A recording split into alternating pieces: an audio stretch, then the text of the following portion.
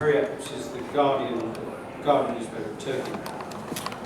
The trucks were stopped on the border, medical supplies, heading into Syria, a present from the Turkish government, Tayyip Erdogan.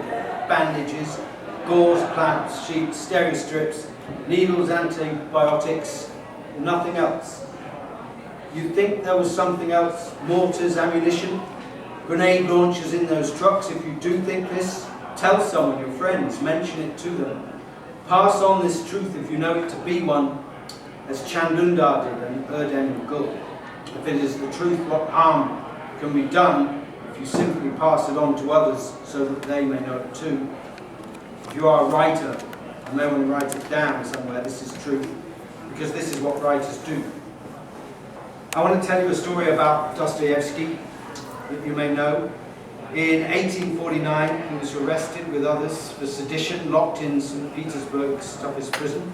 6 months later, he was sentenced to death, and 12 others led out into Semyonov Square to be shot. Hoods were applied, the victims tied to posts. As the command went up, prepare to fire. Think of him there, Dostoevsky, none of his great novels written, the vast cathedral that is the brothers Karamazov, nothing perhaps except some wispy, fleeting pictures in the back of his mind. All that stuff to say about to be snuffed out when the miracle occurred, a sound, a drummer with a pardon from the Tsar. A good joke, as it turned out, all planned the day before. Enough to put off anyone from passing truths along to other people, you might think, though it didn't stop Dostoevsky. He was a writer, and writing down the truth is what writers do. And I'm a writer, and I tell the truth, or I try to. My truth in my life, the truth in front of me, gets me into trouble. A woman once, so offended with a novel I'd written, approached me after a reading. Incensed, she held my novel and screamed at me in front of a large audience, and she rushed forward and she hurled it at my chest. I'm just a writer, I wanted to say. I just wrote what I saw in front of me. Lately, things have become a little worse. A subsequent novel has lots of sex and swearing in it, and it has upset my mother-in-law. It's a dark book. Some parents at the school I take my children to think I'm attacking them. When I drop them off, I get dark looks, and I can tell that people have read it. I want to tell them this is just the truth, I think, my truth. When one woman confronts me to my face, a friend subsequently tells me that I'm brave. Brave? I ask him, yeah, to say those things, to put it all out there. I tell him that yes, I would be brave if one of the parents staring at me was Recep Tayyip Erdogan, the president of Turkey. You cannot choose the particular truth you find in front of you. You can only choose what you do about it.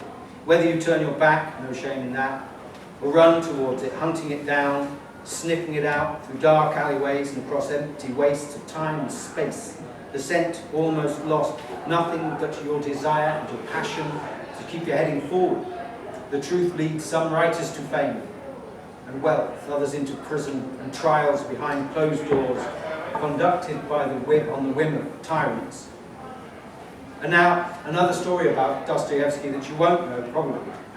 When I was 14, I heard the story I just told you about his brush with death.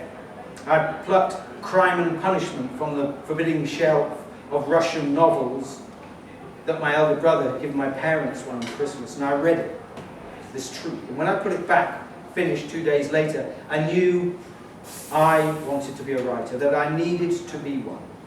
And this caused me huge pain and doubt, because my callow teenage self-reason, what could I write? Me in my fine English house with my parents who loved me and fed me and kept me safe and warm and paid each weekend for my tennis lesson. What truth was in front of me, waiting for me to find? I was so jealous of Dostoevsky and men like him who clearly had something to say. I felt empty, as I know many writers do, with a deep suspicion that no person actually existed inside me, that I was hollow, a blank space. I decided that the only thing I could do was to pretend I exist, leaving traces behind me that people might interpret as the product of a real person. And I could begin with the book I just read. I could go back to the shelf of Russian novels and turn Crime and Punishment upside down. So the next person to see it, my father, perhaps my brother, would pause and see evidence of me, a small part of my fictional career. But I'd do it, I decided, and I ran back inside, into the house, into the bookshelf, to practice this tiny deception, and I found the book upside down. Were there really weapons in those lorries? Video evidence suggests that there were. Have two writers really spent months in prison for revealing this? Are they really separated, perhaps forever, from their families? Is this really happening in a country where even now British families are building sandcastles on the beach? These are things that are less easy to believe somehow, even though their faces are there on the news, on the web, even if right now they sit wondering about their fate. Chan and ERDEM and all the people we've been hearing about tonight, they seem unreal, the truth of them unstable. And this instability of truth is the goal of tyrants, and we must do what we can to focus on it from outside and insist on its reality. Thank you.